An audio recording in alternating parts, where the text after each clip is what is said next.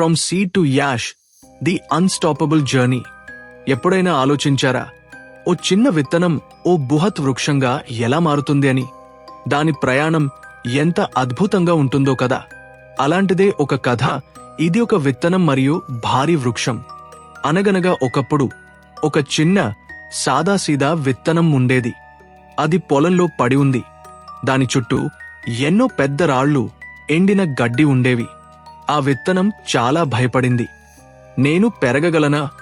ఈ కఠినమైన నేలలో నేను ఎలా బతకగలను? చుట్టూ ఇంత పెద్ద రాళ్లు ఉన్నాయి, నాకు సరిపడా స్థలం దొరుకుతుందా అని అది అనుకుంది. దాని పక్కనే ఉన్న మరో విత్తనం నవ్వి, భయం వద్దు, నువ్వు పెరగాలని నిర్ణయించుకుంటే ఏది నిన్ను ఆపలేదు అని చెప్పింది. చిన్న విత్తనం సందేహించింది, అయినా అది ప్రయత్నించాలని నిర్ణయించుకుంది. అది నెమ్మదిగా తన చిన్న వేరును భూమిలోకి పంపింది. వేరు రాళ్లకు తగిలిన ప్రతిసారి అది బాధపడింది, కాని వెనక్కి తగ్గలేదు.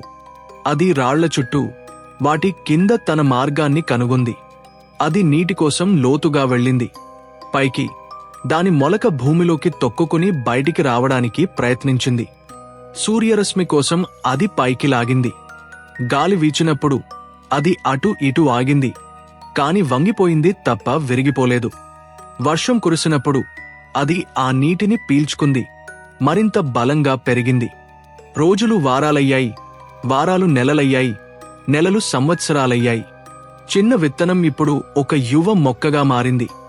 అది ఇప్పటికీ చిన్నదే, కాని దాని కాండం దృఢంగా ఉంది.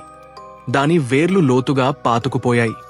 దాని చుట్టూ ఉన్న రాళ్లు దాని ఎదుగుదలను అడ్డుకోలేకపోయాయి. బదులుగా దాని వేర్లకు అవి ఒక బలాన్ని, ఒక ఆధారాన్ని ఇచ్చాయి. చివరకు ఎన్నో దశాబ్దాల తర్వాత ఒకప్పుడు భయపడిన ఆ చిన్న విత్తనం ఒక విశాలమైన, భారీ వృక్షంగా మారింది. దాని కొమ్మలు ఆకాశాన్ని తాకుతున్నాయి. దాని వేర్లు నేల లోపల లోతుగా విస్తరించి ఉన్నాయి. ఎందరో ప్రయాణికులు దాని నీడలో విశ్రాంతి తీసుకున్నారు, దాని పండ్లను తిన్నారు. ఒకప్పుడు దాని ఎదుగుదలకు అడ్డంకిగా భావించిన రాళ్లు ఇప్పుడు దాని కింద చిన్నవిగా కనిపించాయి, దాని బలానికి సాక్ష్యంగా నిలిచాయి.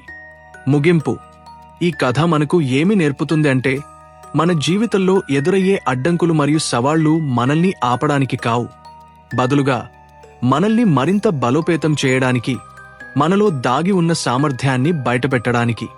మనం భయాలను ఎదుర్కొని పట్టుదలతో ప్రయత్నిస్తే చిన్న ప్రారంభం నుండి కూడా గొప్ప విజయాలను సాధించవచ్చు. గుర్తుంచుకోండి, అత్యంత బలమైన వృక్షాలు కూడా ఒక చిన్న విత్తనం నుంచే మొదలవుతాయి.